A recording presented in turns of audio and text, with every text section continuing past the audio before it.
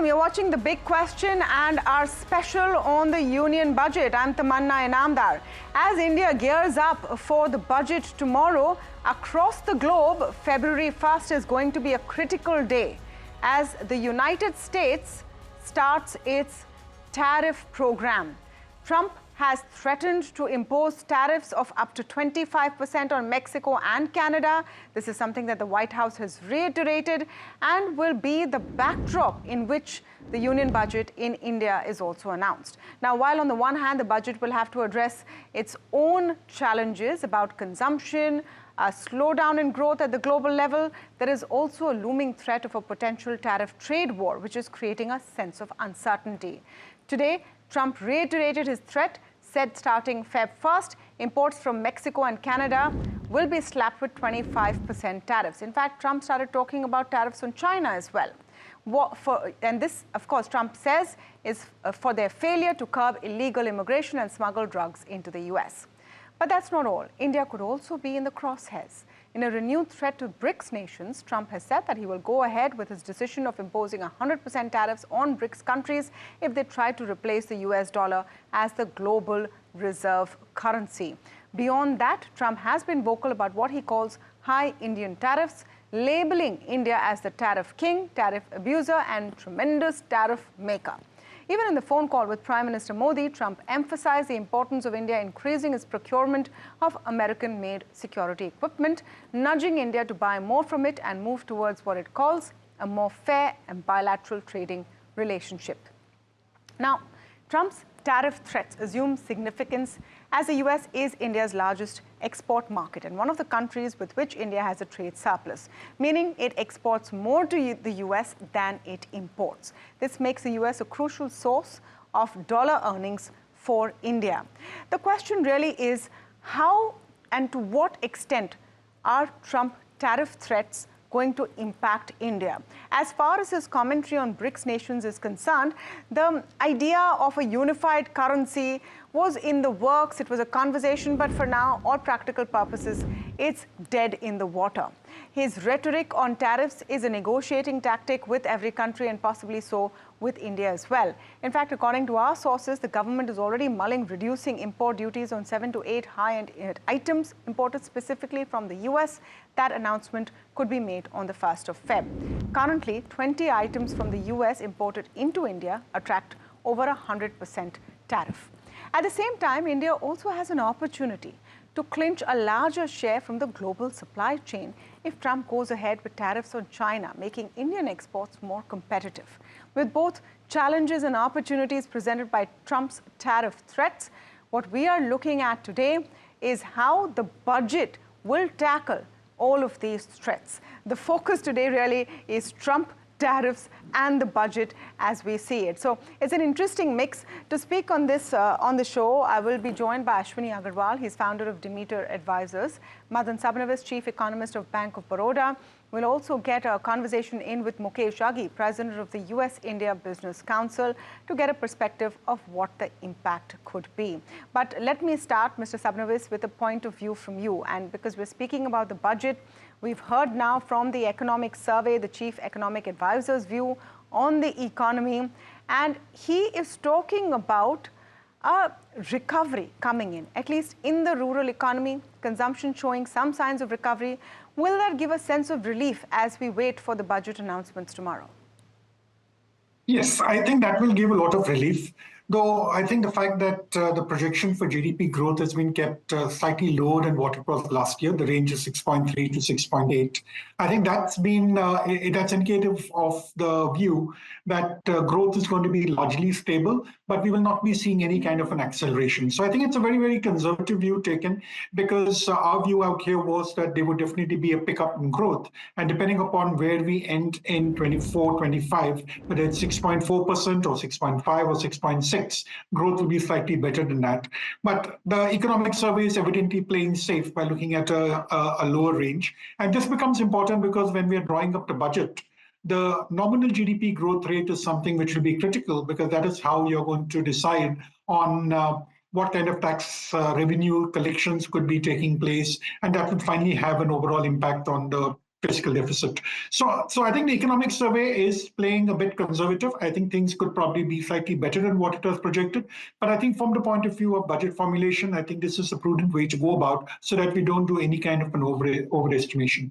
Now, specifically about the budget and about the issue of US tariffs, I think this would be an opportunity. And as you said, there are negotiations going on behind between India and the US, and there is scope to review the entire structure of tariffs when it comes to imports of US goods, because definitely America is our major export market. So there's going to be a lot of give and take between the two nations. So I think the way forward will be more through negotiation. And I think, I'm quite sure there would be a fairly good solution which would be worked out, which would help both the countries. So there are two aspects to this, right? And it's quite interesting that on the eve of the budget, we're talking about global tariffs, because that's the big factor out there. And let me come to you on this, Ashwini Agarwal. There are two aspects. One is any kind of tariff negotiations and conversations between India and the United States on a bilateral level. The other is, what does it mean for India in a global trade perspective if tariffs are imposed up to 25% on Mexico and Canada? Could happen over this weekend. And if there are tariffs on China, as President Trump has tweeted out this morning that he's fed up with the fentanyl push from China, pushing drugs into the US, etc., and he wants to impose high tariffs. What does that mean for us? Tamanna, thank you for having me on the show. My sense is that this is both an opportunity as well as a risk. An opportunity if, as Mr. Sabnavis suggests, we are able to find a bilateral solution where there's a little bit of a give and take, and we can escape the punitive tariffs being imposed by the Trump administration on other countries. But my sense also is that, it's not going to be as easy as it sounds, because there is a risk that some of the tariffs that are imposed will be global in nature, in which case they will be applicable to Indian goods and services, or goods at least, as well. Second is that it's very unlikely that China will not retaliate if these large tariffs are imposed on China, and what they do in return by devaluing the currency or by taking other counter retaliatory measures against the US, and what does that do to global trade, the cost and supply chains, all of this is very, very unclear. Again, while the tariffs against Canada and Mexico are supposed to kick in over the weekend, let's also see that, the conversation with Colombia that the United States had, and then there was a last-minute change of stance. So it's uncertain, and that's, I think, the only certainty. But let's see how it unfolds. It's a risk and an opportunity, but at this moment, it appears more like a risk to me. It's a risk and an opportunity, more like a risk. Now, let's tie this in with the event that we're all looking at. And Madan, let me come to you on this. We're speaking on the eve of the budget. And of course, the making of the budget is a long drawn process. It's not an overnight document. It will talk about what we are, seeing in the whole of the last several months. And the last budget was in July. Some things have changed in terms of the perspective on the economy. You had not a great Q2 number. The FY26 forecast, like you said, was lower than expected. What does the budget need to do to shore up Indian defense? And economically, I mean. And of course, it's not going to be a one-day affair, but directionally at least. See, we should remember that the union budget is an income and expenditure statement of the government. So there are a certain amount of revenue which comes based on the growth assumptions we make. So therefore, the growth factor becomes very important.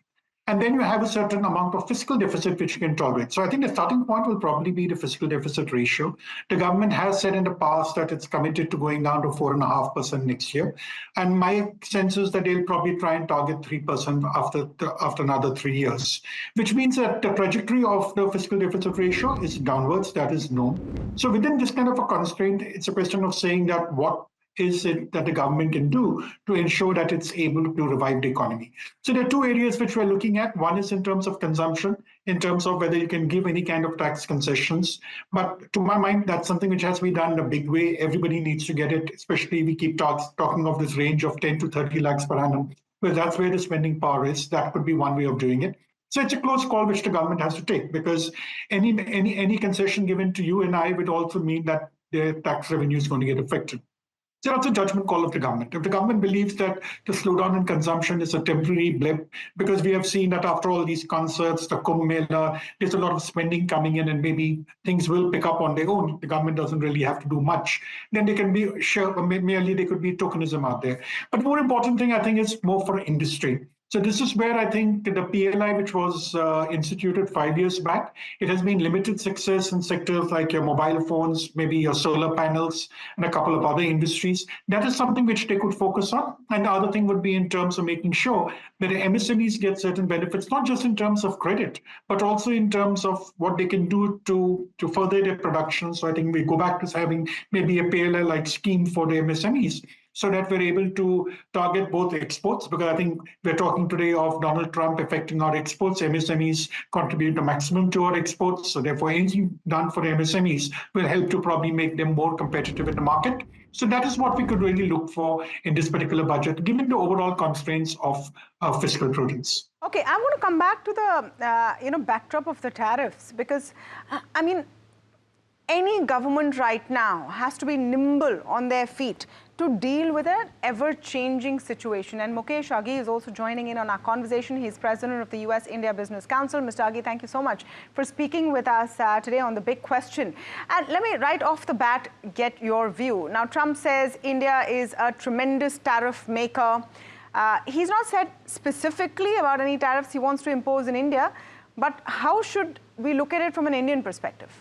You have to understand Trump use of tariff is a negotiation process where he uses tariff to basically bargain. And we saw that happened with the state of Colombia, where when they refused to take 2 plane load of illegal immigrants, and he basically issued an order for 25% tariff. And if they don't comply with this taking of illegal immigrants back, it'll go to 50%. We've seen that also in case of Mexico and Canada, where he wants to renegotiate the agreement. So he's put 25% tariff on Mexico and Canada. And interestingly, he's put only 10% on China, where he was talking of putting almost 60% of tariff. So it is a way of basically sending a message. It is a way of trying to negotiate with countries. He's called India a tariff king. And it's more about trying to see how you can bring the trade balance with India to an even keel. Today, India has a $45 billion trade surplus. But more important is I think the discussion which is going to take place is more on the perspective of market access and level playing field. Okay, Trump has also said that we have to bring production back.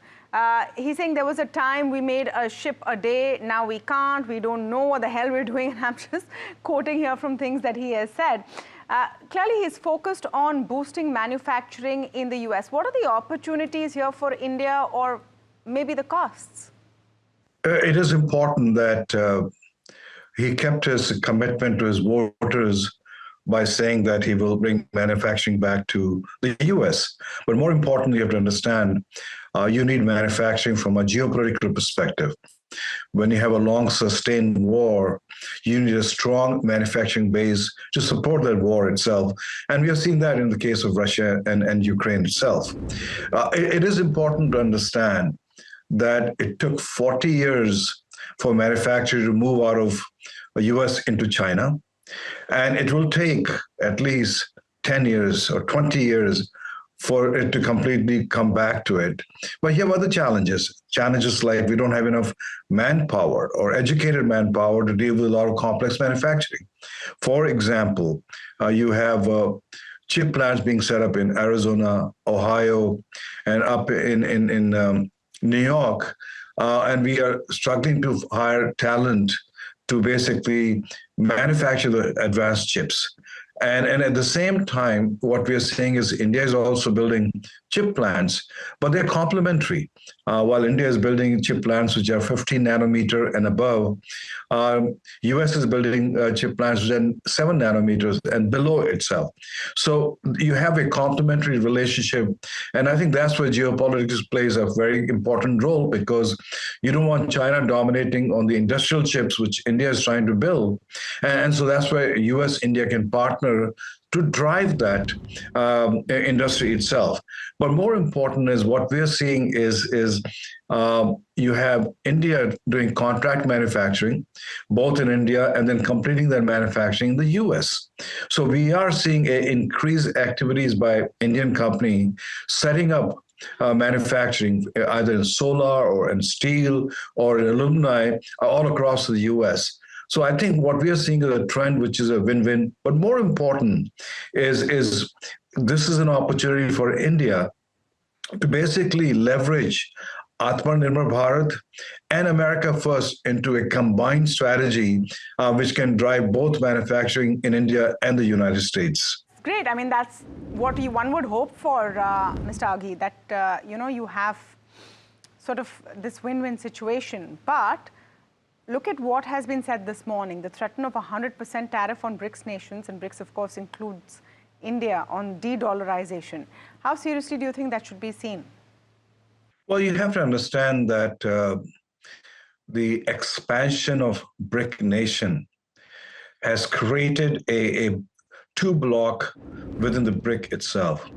One is basically a block of China, Russia, Iran, and a couple of other countries, which are basically trying to float a BRIC currency itself.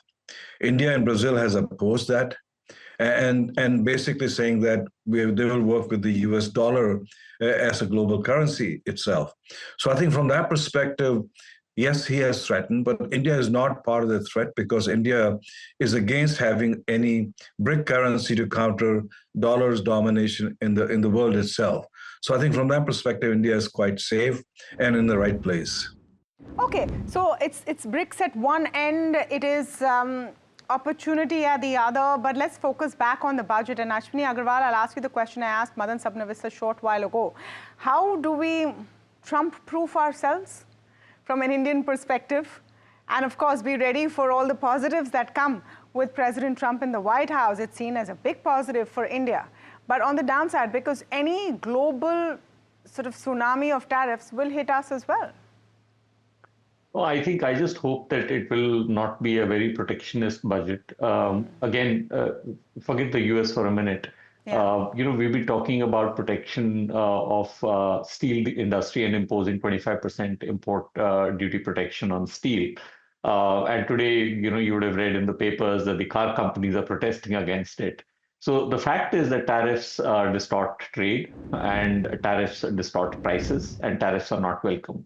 I mean, when steel prices were up and strong, steel companies made a lot of money. So if steel prices are down, I mean, there's no reason why government should step in to protect them. So that's how I look at it. I just hope that we will not send out a message in the budget that we are a protectionist country, because that's the stick that the Trump administration is looking for to beat India with.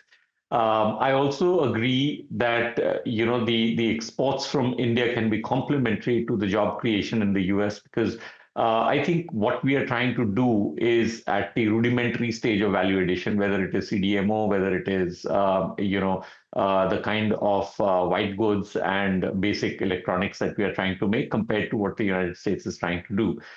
So I think we should use that to our advantage. The fact that we are not walking away from the US dollar as a currency of trade, the fact that our manufacturing is complementary. And I just hope that we don't send out a message that we want to protect our country and our industry beyond what is reasonable, I think. I just hope. Okay, so protectionism is not going to work. Another thing that I found very interesting in the economic survey, and Mr. Sabnavis, I'll ask you this question, is the document saying that it's time for the government to step back and private sector needs to come to the fore. And he also says the government needs to get out of the way. Now, of course, that is easier said than done. But what do you think is the messaging coming in there as we read it ahead of the budget? See, the way I look at it is the following. See, the one thing is we should remember is that what really drives the Indian economy, it's not the government, it's the private sector. So while the government can do as much as it can in the form of what it does through the budget and through whatever policies which are implemented, at the end of the day, it's the private sector, that is its industry, which has to actually take on the initiative. And they will do it based on commercial considerations. So unlike the government, which can say, I'm going to spend 11 lakh crores or 12 lakh crores on capital expenditure and not really worry about the return on capital, when it comes to the private sector, they're going to invest only in case they see demand, they see optimal capacity utilization, so on and so forth. So what the survey is trying to mean, the way I look at it is that we need to make sure that we provide the right kind of an environment in which business operates. So it's more a case of going back to ease of doing business, remove the kind of controls which are there. So even though a lot of measures have been taken by the government to ensure that it's easier for people to do business, but at the end of the day, we have a federal structure, we have central laws, we have state laws, we have municipal laws. So wading through all of them is still fairly cumbersome for anyone doing business. So I think that's the message of the survey, saying that the government should step back, let the private sector perform. That's the only way in which we can accelerate growth, because there are limitations to what the government can do through the budget or in terms of the overall policy framework. So it's more a case of saying that administratively losing the controls to make sure it's a message more for the other levels of government. Let's all work together and make sure that that enterprise can work in a more efficient manner. Yeah, having said that, private capex has not really picked up despite years of expectations. The dependence on public capex is still very much there, isn't it, Mr. Sabnavis? See, it's there. And actually, when we say that the private sector investment is not picking up, we need to distinguish between two sets of industries. One are those which are consumer-oriented, and the second one is infrastructure-oriented. So when I look at steel, cement, machinery, chemicals, we have seen that there is investment taking place, which wherever there is a front-end expenditure we're seeing from the government of India, there are definitely backward linkages which have created demand for these products. But the moment I move into the consumer goods territory, it's a different kind of a picture. And this is the lament which has been there, made by a number of the CEOs of FMCG companies, consumer durable companies. The demand is low because of inflation or other factors. That's the urban stress which they have spoken of. So when you have surplus capacity with you, there is less incentive for one to invest, especially at a time when interest rates are probably peaked. So I think there is a kind of a dichotomy which we're seeing, or what we economists call a K-shaped kind of pattern which we're seeing in investment. It's happening in some sectors. It's definitely not broad-based. And for the coming year, when we're talking of growth rate 6.3 to 6.8, we can only be talking in terms of a moderation elevation which takes place in consumption and a moderate increase in terms of private sector investment. It's not going to be in a big bang way in the next year, if I go by what the economic survey has projected. So, yeah, consumption it becomes, I think, a crucial point. Ashwini Agarwal, since, you know, a day before the budget, we can all try and read the tea leaves. Let me hark back to what Prime Minister Modi said this morning, where he said that he prays that the goddess Lakshmi showers blessings on the middle class. Would it be prudent to read this as some consumption boost coming for salaried taxpayers or the middle class? Yes, I think so, Tamanna, because I think that's the message that has been coming through, indirectly from various people in the government, as well as what the press has been reporting. And it's in line with what the government has been trying to do for the last several years to increase the amount of benefit or income in the hands of the middle layer of the taxpayers. Having said this, I'm going to take a minute and talk about, what's really wrong and why growth can't be kickstarted by just these tax sops, so to speak. So while you can bring up a little bit of the demand element by giving a tax break, I think the real problem, as Madan pointed out, and as has been written in the economic survey, is the fact that we need a second round of liberalization or deregulation. I mean, we are very tightly regulated. And we are going into 2025 with a fairly tight fiscal policy and a fairly tight monetary policy with very little room to maneuver because of the way interest rates are going and with where US dollar is headed.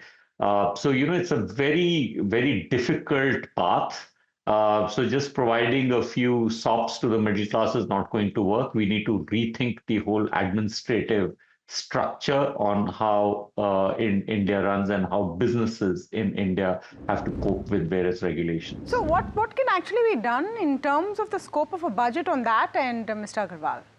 No, budget can't do it, but Yeah. budget can at least state the intent that this is where we want to go. So, for example, the tax code. We first talked about the direct tax code back in 2010. We still haven't seen the light of it. GST, which is within the scope, which is not within the scope of the budget, but is part of the finance ministry mandate, has become more complicated than what it was originally envisaged to be. So, at least, if the budget can demonstrate that the government is thinking about simplifying things rather than making them more complicated, that's a message I'd like to hear. Okay, a lot of hopes coming in. Madan, as we wrap up this show, your top expectation / hope from the budget? See, at a practical level, I think a lower fiscal deficit ratio, maintenance of the capital expenditure at 11.1 lakh crores, because for 24-25, there'll definitely be a shortfall out there. And of course, I would not say it's an expectation. It's more a hope that you give some benefits for income tax, because that's something which is required. Because all the time, if you look at the budget, they do a lot for the people in the lower income groups. They do a lot for people in the higher income groups. That is industry. But the middle class, which pays most of the taxes through GST or through income tax, they haven't really gotten much benefit. And more important, if you give something, it should not be overruled later on. Like we saw in the past, as we're moving towards the new income tax slabs, remove the kind of what we call the exemptions which are there. So it should be made very clear about whether we are going to have two rate regimes, or is it just going to be one single one, and give a terminal point saying that after 5 years, I'm going to have only 2 tax slabs, 3 tax slabs, 4 tax slabs. Marginal rate of tax is going to be X%, so that it's easier for one to do their tax planning. Okay, thank you so much, Mr. Mukesh Aghi, Ashwini Agarwal, and Madan Sabanavis for joining us on The Big Question today. I mean, this is a question to which perhaps we'll have some answers fairly soon for a change, because we will get some picture of what is being planned by the government in these turbulent times from the union budget. Don't forget to join our live coverage from 7 a.m. onwards on 1st Feb Saturday on NDTV Profit.